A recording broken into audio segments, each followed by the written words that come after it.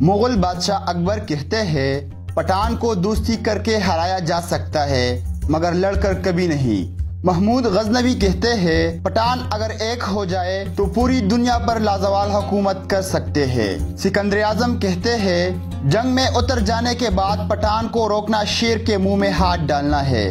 افغان، پٹھان، پختون ایک نسلی گروہ ہے جو زیادہ تر پاکستان اور افغانستان میں آباد ہے۔ اکثریتی زبان پشتو ہے، اردو اور انگریزی کو بطور دوم زبان استعمال کرتے ہیں۔ پٹھان دنیا کے ہر خطے میں آباد ہے۔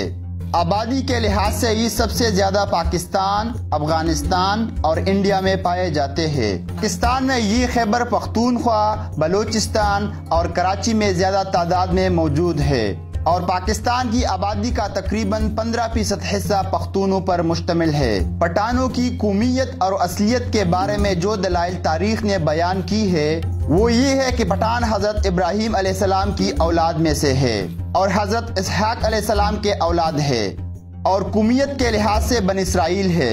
انگریز مورخین کے مطابق پٹھان قوم ارجینیا کے ایک حصے میں رہتے تھے۔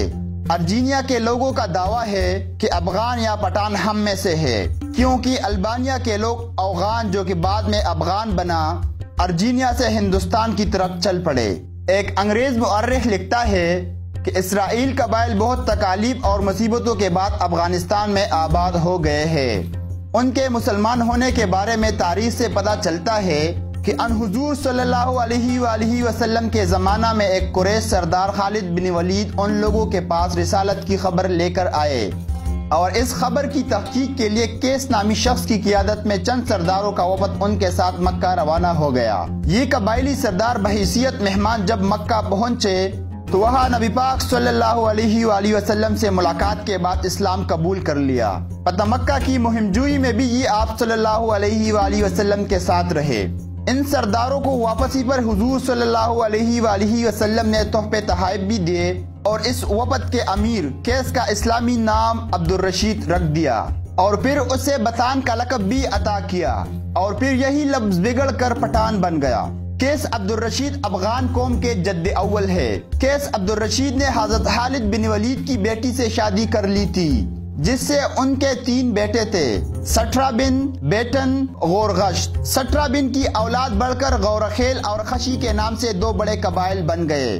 خشی بعد میں گلیانی، یوسف زئی، ترکلانی اور محمد زئی میں تقسیم ہوئے۔ افغان متعدد قبائل کا مجموعہ ہے جن کا جد امجد اعلیٰ ایک ہے، مثلاً عبدالی، بنگش، غوری، یوسف زئی، منگل، کاکڑ، وردی، وزیری، محسود، بنوسیان، افریدی، تنولی، دلزاک، خٹک، مومن، غورغش، نیازی وغیرہ وغیرہ۔ ان قبائل کی ہزارہ شاخیں ہیں اور پھر ان شاخوں کی ذیلی شاخیں جو اشخاص یا علاقے سے منسوب کی گئی ہے۔ تمام پشتون مسلمان ہیں اور ان کی اکثریت سنی اور حنفی فقہ سے تعلق رکھتی ہے، البتہ ایک قلیل تعداد شیعہ بھی ہے۔ پشتو زبان کی ادبی اصناف پاک و ہند کی دوسری زبانوں سے ملتی جلتی ہے۔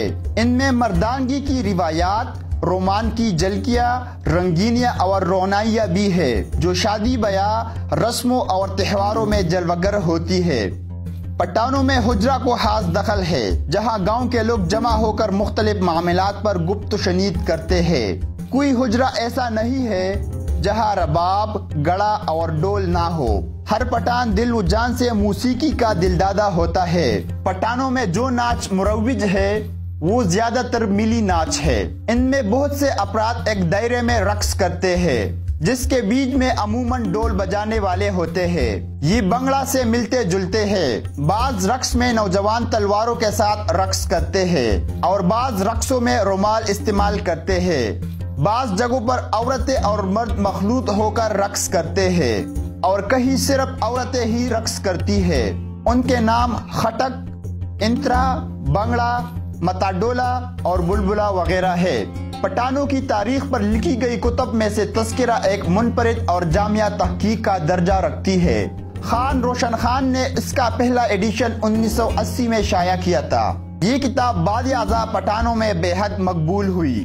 جس سے معلوم ہوا کہ پٹھان بنی اسرائیل سے تعلق رکھتے ہیں اور ان کے آباء و اجداد اسلام پسند تھے۔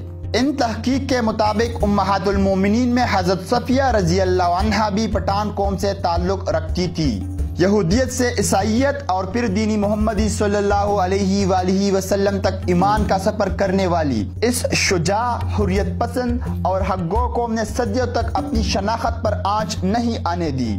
ناظرین، آپ کو یہ بھی بتاتا چلوں کہ مشہور صوفیہ کرام حضرت دادا گنج بخش اور لال شہباز قلندر بھی افغان تھے۔ امید کرتا ہوں آپ کو ہماری یہ ویڈیو پسند آئی ہوگی۔ مزید اس طرح کی ویڈیو کے لیے ہمارا چینل سبسکرائب کیجئے۔ شکریہ۔